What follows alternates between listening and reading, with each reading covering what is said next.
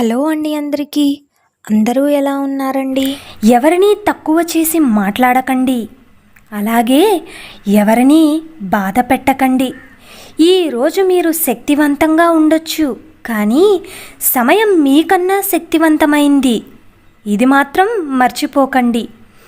ఏటికి వరద వచ్చినా, అలాగే నోటికి దురద వచ్చినా కూడా ఎప్పుడు దేన్ని ముంచుతాయో ఎవరికీ తెలియదు కదా. కాబట్టి ఆచితూచి మాట్లాడాలి. అలవాట్లు సరిగ్గా లేకుంటే ఎంతటి ధనవంతుడైనా భిక్షగాడిగా మారిపోతాడు. అలాగే నువ్వు బలమైన నిర్ణయం తీసుకోకపోతే నీ భవిష్యత్తు బలహీనపడిపోతుంది. నీ గెలుపు నీకే ఆనందాన్ని ఇవ్వకపోతే అది గెలుపే కాదు కదా. ఒక వ్యక్తి హృదయంలో నిజాయితీ ఉన్నప్పుడు ఆ అందం అతని వ్యక్తిత్వంలో కనబడుతుంది. అనుమానంతో బ్రతికే వ్యక్తికి ఈ ప్రపంచంలో ఎంత వెతికినా కూడా ఆనందం అనేది ఎప్పటికీ దొరకదు. మీరు కోపంలో ఉన్నప్పుడు ఎక్కువగా మౌనాన్నే వహించండి.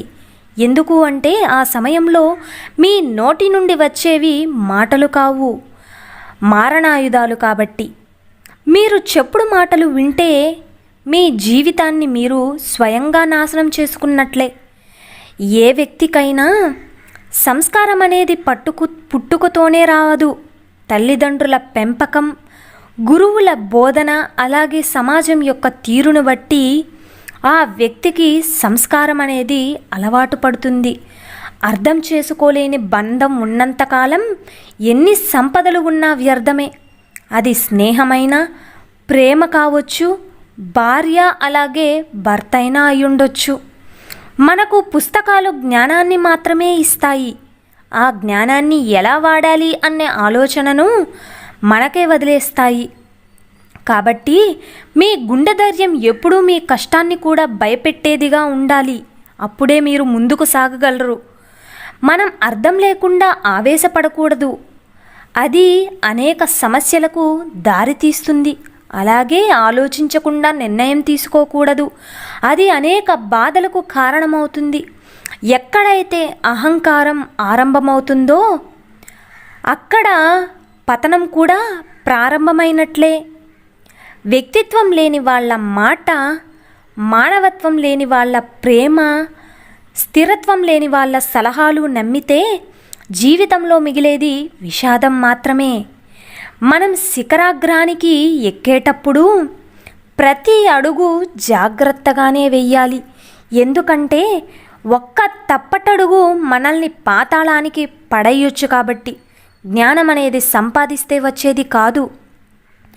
అది మనలో ఉన్న అజ్ఞానాన్ని విడిచిపెడితే దానంతటా అదే వస్తుంది. నువ్వు ఎప్పుడు ఓడిపోతావా, నువ్వు ఎప్పుడు పడిపోతావా అని నీ శత్రువుల కంటే కూడా నీ వాళ్ళు అనుకున్న వాళ్ళే ఎక్కువగా కాచుకుని ఉంటూ ఉంటారు. కాబట్టి నువ్వు ఏడుపు వచ్చినప్పుడు ఒక్కరవే ఏడు. నువ్వు నవ్వు వచ్చినప్పుడు నలుగురితో కలిసి నవ్వుకో. అందరితో కలిసి ఏడిస్తే నాటకం అంటారు. ఒక్కరే నవ్వితే పిచ్చివారు అనుకుంటారు. ఏ బంధమైనా ఉంటే అద్దంలా ఉండాలి, లేకపోతే నీడలా ఉండాలి. ఎందుకంటే అద్దం అబద్ధం చెప్పదు. ఇక నీడ మనల్ని వదిలిపెట్టి ఎప్పటికీ వెళ్ళదు. నువ్వు పలికే ప్రతి మాట కూడా ప్రేమతో పలకాలి, అంతేకాని నటనతో కాదు.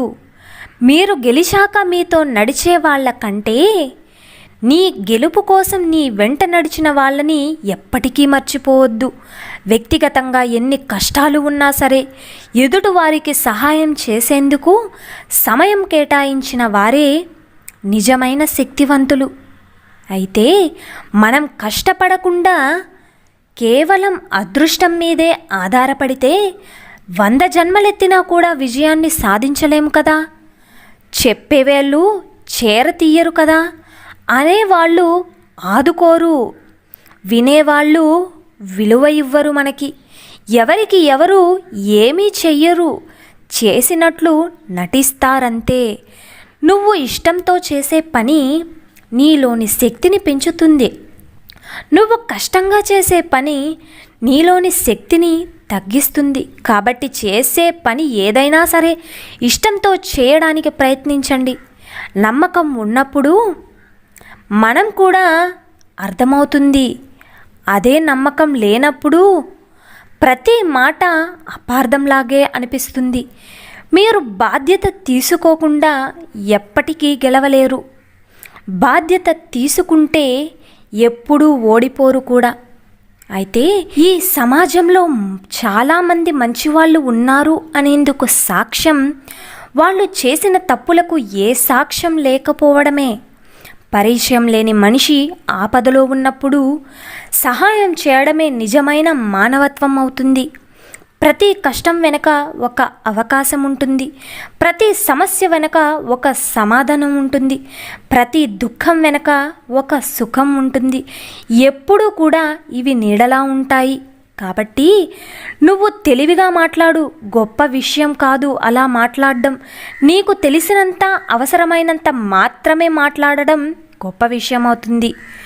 ఉదాహరణగా ఇవ్వడం చాలా తేలిక, ఉదాహరణగా నిలవడం చాలా కష్టం కదా. మీ కష్టంలో భాగం పంచుకోలేని మిత్రుడు మీ విజయంలో భాగంగా మారుతాడని ఎప్పుడూ అనుకోవద్దు.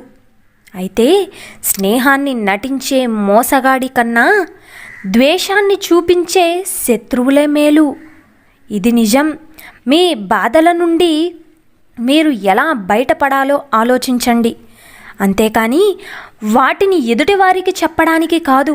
ఎందుకు అంటే ఒకరి బాధలు ఇంకొకరు ఎప్పుడూ తీర్చలేరు.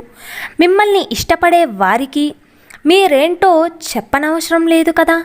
మీరంటే ఇష్టం లేని వారికి మీరేంటో చెప్పినా 100 జన్మలెత్తినా అర్థం కాదు. విషాన్ని ఎన్నిసార్లు వడపోసినప్పటికీ అది అమృతం అవ్వదు కదా. అలాగే నిన్ను అర్థం చేసుకోలేని వారి నీ గురించి ఎంత చెప్పినా వృధానే.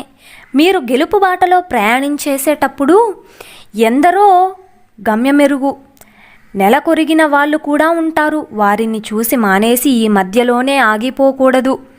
ఎందుకంటే గెలుపు బాట ఎప్పుడూ కూడా ఓటములతోనే నిండి ఉంటుంది. అయితే మీరేమిటో ఒకరికి తెలియాలి అంటే సహాయం చేసి చూడండి. అలాగే ఒకరేమిటో మీరు తెలుసుకోవాలి అంటే సహాయం అడిగి చూడమన్నారు మన చాణక్యులు. మీ ఆనందాన్ని పంచుకునే వారి కంటే మీ బాధను పంచుకునే వారికే ఎక్కువ విలువ ఇవ్వండి. మీ యొక్క కలలు మిమ్మల్ని బాధ పెట్టడం లేదు అంటే అవి మీరు సాధించేంత పెద్దవి కావని అర్థం. మీరు ఎక్కువగా పట్టించుకుంటే ప్రతి ఒక్కటి మిమ్మల్ని బాధిస్తుంది.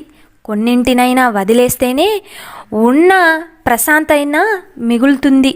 అసాధ్యమైన దానిని ఆశించకండి. కనీసం అత్యుత్తమైన దానినైనా మిగుల్చుకోండి. మీరు చేసే తప్పులను మీ మొహం మీదే చెప్పేవాడు నిజమైన స్నేహితుడు. ఇది గుర్తుపెట్టుకోండి. అయితే డబ్బుతో చేసేది మాత్రమే సహాయం కాదు. మంచి మనసుతో చెప్పే 4 మంచి మాటలు కూడా ఎదుటివారి జీవితంలో వెలుగుని నింపుతాయి. నీకు ఎలాంటి పరిస్థితి ఎదురైనా నీకు వచ్చే కష్టాన్ని అలాగే సమస్యలను నువ్వే పరిష్కరించుకోవాలి. ఎవరో వస్తారని, ఏదో చేసేస్తారని ఎదురు చూడకు. అయితే నిన్ను మెచ్చుకునే వారందరూ నీవారు కానీ తిట్టేవారందరూ పరాయివారు అని ఎప్పటికీ అనుకోకు. ఏ మొప్పు వెనక ఏ మోసం ఉందో, ఏ తిట్ల వెనక ఎంత ప్రేమ ఉందో నీవు ఎప్పటికీ గ్రహించలేవు. మీరు నేర్చుకోవడానికి సిద్ధంగా లేకపోతే మిమ్మల్ని ఎవ్వరూ బాగు చేయలేరు. మీరు నేర్చుకోవడానికి సిద్ధంగా ఉంటే మిమ్మల్ని ఎవ్వరూ ఆపలేరు. మనిషి ఉన్నతంగా ఎదగడానికి కావలసిన ముఖ్యమైన 7 విషయాలు. 1 ఉన్న దాంట్లోనే సర్దుకుపోవడం. 2 ఓటమిలో కృంగిపోకుండా ఉండడం. ఇక 3వది ఏంటి అంటే పేదరికంలోనూ నిజాయితీగా ఉండాలి. 4వది మాట తీరులో సరళత్వం. 5 కోపంలో కూడా సహనంగా ఉండాలి. ఇక 6వది కష్టాలను తట్టుకోగలిగే శక్తి కలిగి ఉండటం. 7 ప్రతి మనిషిని గౌరవించడం. 8 ఏ పరిస్థితిలోనైనా శాంతంగా ఉన్నవాడే ఏదైనా సాధించగలడు. సానుకూల ఆలోచనలు ఉన్నవాడికి ఆనందం ఎప్పుడూ నీడలా ఉంటుంది. మీకు విలువ ఇచ్చే వారితో వినయంగా మాట్లాడండి. మిమ్మల్ని విమర్శించే వారితో మీరేమీ మాట్లాడకండి. మీ విజయమే వారికి సమాధానం చెప్తుంది. కాబట్టి గతాన్ని తలుచుకుని బాధపడకండి.